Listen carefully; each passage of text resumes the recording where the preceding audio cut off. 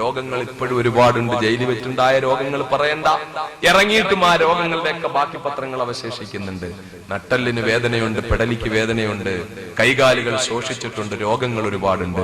പക്ഷേ നട്ടെല്ല് വളച്ചിട്ടില്ല മക്കളെ, നട്ടെല്ല് വളച്ചിട്ടില്ല, നട്ടെല്ല് വളയ്ക്കുകയുമില്ല. ഇൻഷാ അല്ലാഹ് മരണം വരെ ഒരുത്തന്റെ മുമ്പിലും റബ്ബിന്റെ മുന്നിലല്ലാതെ ഈ തല ഞാൻ കുനിക്കൂല. ഇനിയും ഒരു 10 കൊല്ലം കൂടെ ജയിലിൽ കിടക്കേണ്ടി വന്നാലും ഇൻഷാ അല്ലാഹ് ഒരുത്തന്റെ മുമ്പിലും ഞാൻ അടിയറവ് പറയുകയില്ല, അല്ലാഹു റബ്ബുൽ ഇസ്സത്തിന്റെ മുന്നിലല്ലാതെ. അത് ആരും കരുതണ്ട. ശൈലിയൊക്കെ മാറ്റിയത് പേടിച്ചത് കൊണ്ടാണെന്നൊന്നും കരുതണ്ട. അങ്ങനെ ഒരു പേടിയില്ല. ജയിലിൽ കിടന്ന 9.5 വർഷവും ഒരുത്തന്റെ മുഖത്ത് നോക്കിയിട്ട് ഞാൻ സാർ എന്ന് വിളിച്ചിട്ടില്ല. ധിക്കാരികളായ അനാവശ്യമായി തെറ്റായി എന്നെ അറസ്റ്റ് ചെയ്ത് കാരിരുമ്പഴിക്കുള്ളിൽ കൊണ്ടിട്ടിട്ട് പീഡിപ്പിക്കുന്ന ഭരണകൂട ഭീകരതയുടെ പ്രതീകങ്ങളായ ഒരൊറ്റ മനുഷ്യനെയും ഞാൻ മുഖത്ത് നോക്കി സാർ എന്ന് വിളിച്ചിട്ടില്ല. ഇനിയും ജയിലിൽ പോയാലും ഇൻഷാ അല്ലാഹ് വിളിക്കൂല. പോകേണ്ടി വന്ന എന്റെ റബ്ബിന്റെ വിധിയാ, ഞാൻ ഉറച്ചു വിശ്വസിക്കുന്നു. അള്ളാഹ് തീരുമാനിച്ചാൽ എനിക്ക് തടുക്കാൻ പറ്റൂല. അള്ളാഹ് തീരുമാനിച്ചാൽ എനിക്ക് തടുക്കാൻ പറ്റൂല. എനിക്ക് ഉറപ്പുണ്ട്, കുല്ലൻ യുസീബനാ ഇല്ലാ മാ കതബല്ലാഹു ലനാ ഹുവ മൗലാനാ വഅലല്ലാഹി ഫല്യതവക്കലിൽ മുഅ്മിനൂൻ. എന്റെ ജയിൽ ജീവിതത്തിൽ എന്നെ പിടിച്ചു നിർത്തിയ ആയത്താണ്, വെറുതെ അല്ല, എന്നെ ഒരുപാട് വിഷമഘട്ടത്തിൽ പിടിച്ചു നിർത്തിയ ആയത്ത്. ഞാൻ ഇന്നലെയും എന്റെ ഇന്നലെ എവിടെ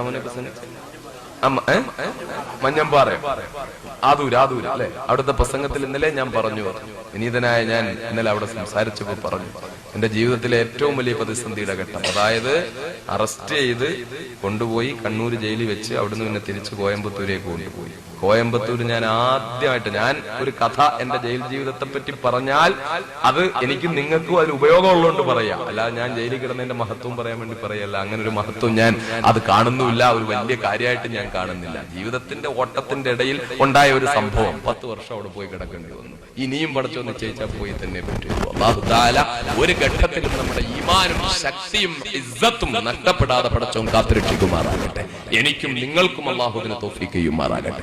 എന്ത് പ്രതിസന്ധിയെയും ഈമാനോടെ ചങ്കുറപ്പോടെ റബ്ബ് തന്നതാണെന്ന ഉറച്ച വിശ്വാസത്തോടെ അഭിമുഖീകരിക്കാനുള്ള ഒരു ശക്തി അല്ലാഹു എനിക്കും നിങ്ങൾക്കും തരുമാറാകട്ടെ. ഇതൊരു വിശ്വാസിയുടെ ആദ്യത്തെ ലക്ഷണം, അവസാനത്തെ ലക്ഷണമല്ല, ആദ്യത്തെ ലക്ഷണമാണ്. അല്ലാഹു റബ്ബുൽ ഇസ്സത്താണ് ഇത് തരുന്നത്. എന്ത് തന്നാലും വൽ ഖദ്രി ഖൈരിഹി വശരിഹി മിനല്ലാഹി തആല. കച്ചവടം നടത്തി റിയൽ എസ്റ്റേറ്റിൽ കാശ് മുടക്കി 2 ലക്ഷം രൂപ മുടക്കി, 3 ലക്ഷം രൂപ മുടക്കി. ഒരാഴ്ച കഴിഞ്ഞപ്പോ 5 ലക്ഷം ലാഭത്തിന് ഒരാൾ വന്ന് വാങ്ങിച്ചോണ്ട് പോയി. 5 ലക്ഷം രൂപ എന്റെ പടച്ചോൻ എനിക്ക് വന്നു. അൽഹംദുലില്ലാഹ്, നീ എത്ര നല്ല പടച്ചോനാ റബ്ബേ. പിന്നെ വീണ്ടും കച്ചവടത്തിന് ഇറക്കി. 1 മാസമായി വിൽക്കുന്നില്ല, 2 മാസമായി വിൽക്കുന്നില്ല, 3 മാസമായി വിൽക്കുന്നില്ല. അവസാനം വളരെ നഷ്ടത്തിന് കൊടുക്കേണ്ടി വന്നു. അപ്പൊ ഇത് എന്തൊരു പടച്ചോനാണ് നീ എന്തിനാ എന്നോട് ഇങ്ങനെ കാണിക്കുന്നേ? ഞാൻ എന്തൊക്കെ ചെയ്യുന്നു? ഞാൻ ഉറൂസിന് എത്ര പണം കൊടുത്തു, ഞാൻ ഗൾഫിൽ നിന്ന് ലീവ് എടുത്ത് ഉറൂസിന് വന്നു, ഞാൻ മക്കാമിൽ പൈസ ഇട്ടു, ഞാൻ ഒരുപാട് പാവങ്ങളെ സഹായിച്ചു. ഇതൊക്കെ ആയിട്ട് നീ എന്താ റബ്ബേ എന്നോട് ഇങ്ങനെ കാണിക്കുന്നേ? പാടില്ല. വിശ്വാസിയെ സംബന്ധിച്ചിടത്തോളം സന്തോഷത്തിന്റെ ഘട്ടത്തിലും ദുഃഖത്തിന്റെ ഘട്ടത്തിലും എന്റെ റബ്ബ് എനിക്ക് തന്നതാണ് ആ ഉറച്ച വിശ്വാസം. അതൊരു അത്ഭുതകരമായ ഒരു അവസ്ഥയാണ്. പക്ഷെ അത് ഈമാന്റെ ബാലപാഠമാണ്. കാരണം എന്താ, നമ്മൾ കുട്ടികൾ 2ാം ക്ലാസ് മദ്രസയിൽ പഠിക്കുന്ന കുട്ടികളെ വിളിച്ച് ചോദിക്കും എന്താ ഈമാൻ എന്ന് ചോദിക്കുമ്പോൾ അതിൽ അവസാനത്തെ കാര്യമായിട്ട് അവൻ പറയും വൽ ഖദ്രി ഖൈരിഹി വശരിഹി മിനല്ലാഹി തആല. നന്മയും തിന്മയുമായ സർവ്വകാര്യങ്ങളും ആകാശഭൂമികളുടെ സംവിധായകനായ അല്ലാഹു റബ്ബുൽ ഇസ്സത്തിൽ നിന്നാണ് വരുന്നത് എന്നുറച്ചു വിശ്വസിക്കണം. നന്മ തരുന്നത് പടച്ചവൻ, തിന്മ തരുന്നത് അത് പാടില്ല.